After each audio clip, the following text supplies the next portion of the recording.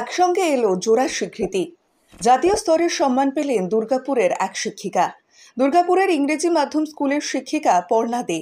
তিনি একসঙ্গে জোড়া সম্মান পেয়েছেন। রাষ্ট্রীয় প্রতিভা সম্মানের পক্ষ থেকে দুর্গাপুরের এই শিক্ষিকাকে সেরা ইংরেজি শিক্ষিকা হিসেবে মনোনীত করা হয়েছে।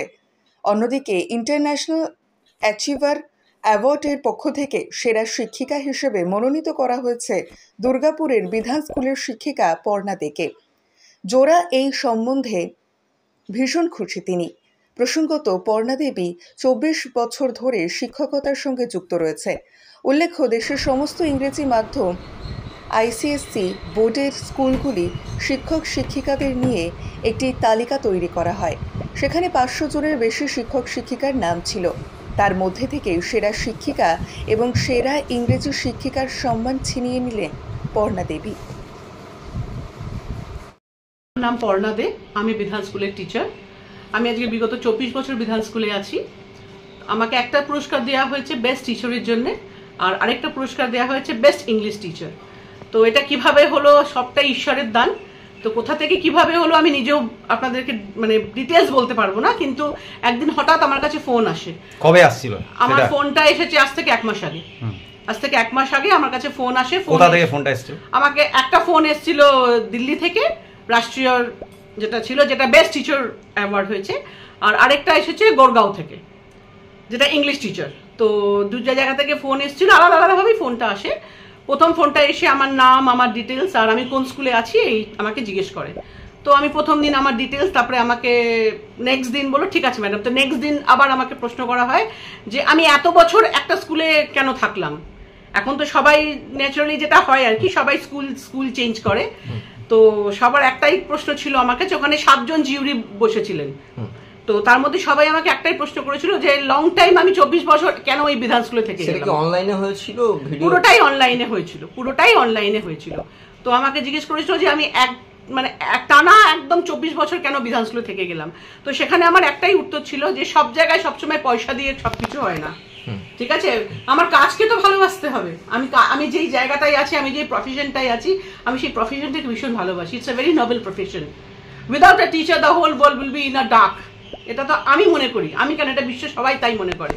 তো সেই জায়গায় দাঁড়িয়ে আমাকে আরো অনেক প্রশ্ন করা হয়েছিল। আমার সার্টিফিকেটস চাওয়া হয়েছিল, আমি সব ওগুলো পাঠিয়েছিলাম। আমার স্কুলের ডকুমেন্টস চাওয়া হয়েছিল, আমি যে বিধান স্কুলে আছি তার তো একটা আইডেন্টিফিকেশন আমাকে লাগবে দিতে।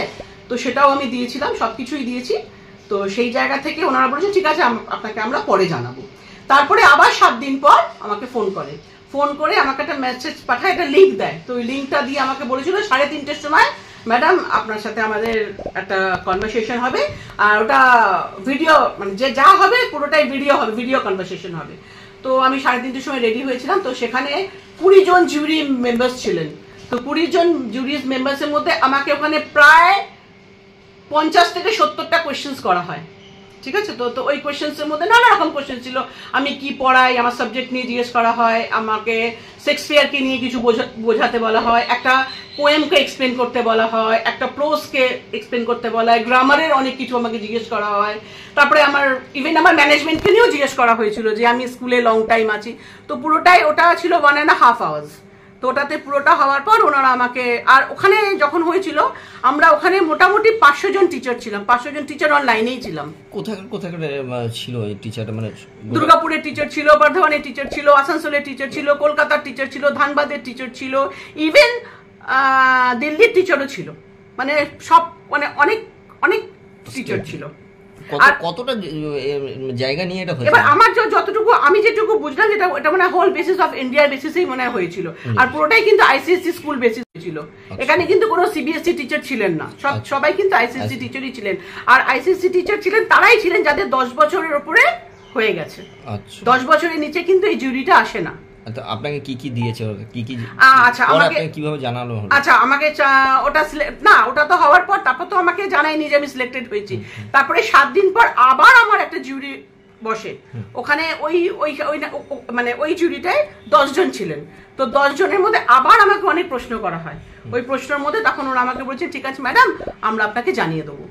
তো তারপরে 7 দিন পর ফোন এসে আমাকে, এটা সবার, অ্যাজ আ টিচার আমার তো ভীষণ ভালো লেগেছিল। আশা করি সবার ভালো লাগবে, আপনাদেরও ভালো লাগবে।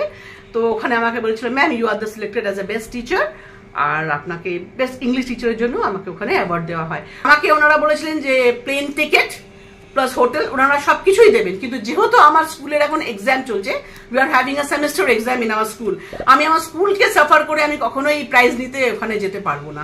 আমার স্কুল আগে, আমার প্রফেশন আগে। কতটা গর্বিত এইটা পেয়ে? আমি ভীষণ গর্বিত।